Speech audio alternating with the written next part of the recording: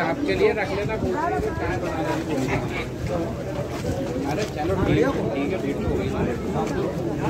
आप भैया हमसे 15 लाख का जो वायदा करा था किसी बंदे का या बहन के खाते में आया क्या? जब झूठ बोल के उस झांसे में क्यों जाते हो? ये हमारे राजा साहब हजूर साहब यहाँ के बिल्कुल भगवान की कृपा हर दम गरीब अमीर के साथ है। और एक बार पंजा का बटन दबा के देखो, बोलो भगवान राम की। साथियों, भाइयों और बहनों, आपको मालूम है लोकसभा चुनाव है और लोकसभा चुनाव में आपको अपना उम्मीदवार तय करना है जो कि दिल्ली में जाके आपके दुख दर्द, आपकी जो उम्मीदें हैं, क्या आप चाहते हो,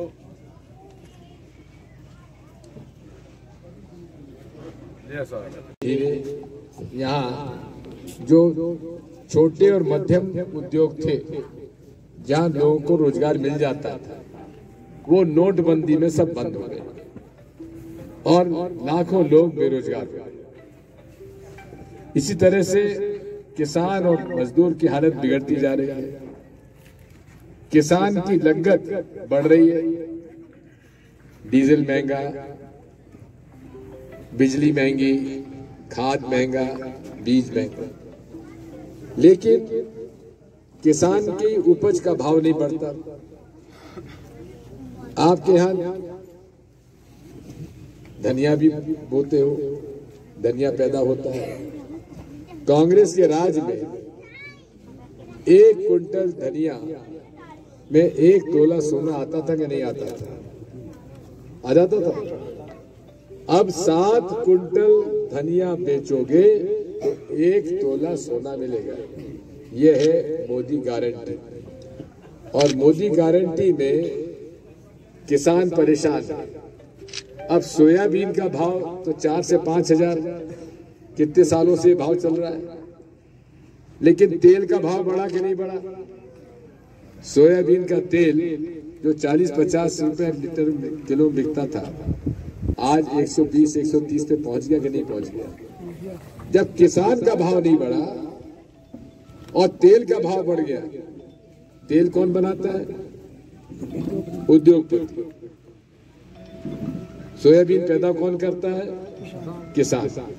किसान को तो लाभ हुआ नहीं, लागत बढ़ गई, लेकिन उस उद्योगपति को फायदा हो गया। यही भारतीय जनता पार्टी की नीति है और यही भारतीय जनता पार्टी बड़े लोगों को मदद करती है। 16 लाख करोड़, कितने? 16 लाख करोड़ रुपए माफ हो गए। जबकि किसान का पूरा कर्जा माफ हो जाए तो केवल 1 लाख करोड़ 1.5 लाख करोड़ होगा, लेकिन बड़े उद्योगपतियों का उन्होंने माफ कर दिया, लेकिन किसान का 1 रुपया भी माफ नहीं किया। आपको मुफ्त में अनाज दे देते, समझते बड़ा काम कर रहे हैं। और ये तो पहले कांग्रेस भी देती थी। लाडली बहना दे दी, लेकिन महंगाई बढ़ा दी। आपकी जेब से 5,000 रुपए निकाल लिए, 1250 दे दिए। उसमें भी बेचारी जो विधवा बूढ़ी थी जिनको पेंशन मिलता था, उनको नहीं मिला लाडली बहना, और अब उनके नाम भी छपना चालू हो गए। तो ये केवल लोगों को ठग है। मैं आपसे इतना ही कहने आया हूं, 10 साल आपने आजमाया रोडमल नागर को, और आप खुद कह रहे हो कि रोडमल नागर ने आके देखा तक नहीं। ये गांव का ही पता नहीं। तो 10 साल आपने आजमाया रोडमल नागर को, 5 साल मुझे मौका देने के लिए तैयार हो क्या? तैयार हो तो फिर आप मुझे मौका दो। 7 मई को चुनाव है, हाथ के पंजे का बटन दबाओ, मुझे मौका दो। ये चुनाव मेरे और रोडमल नागर जी के बीच में है।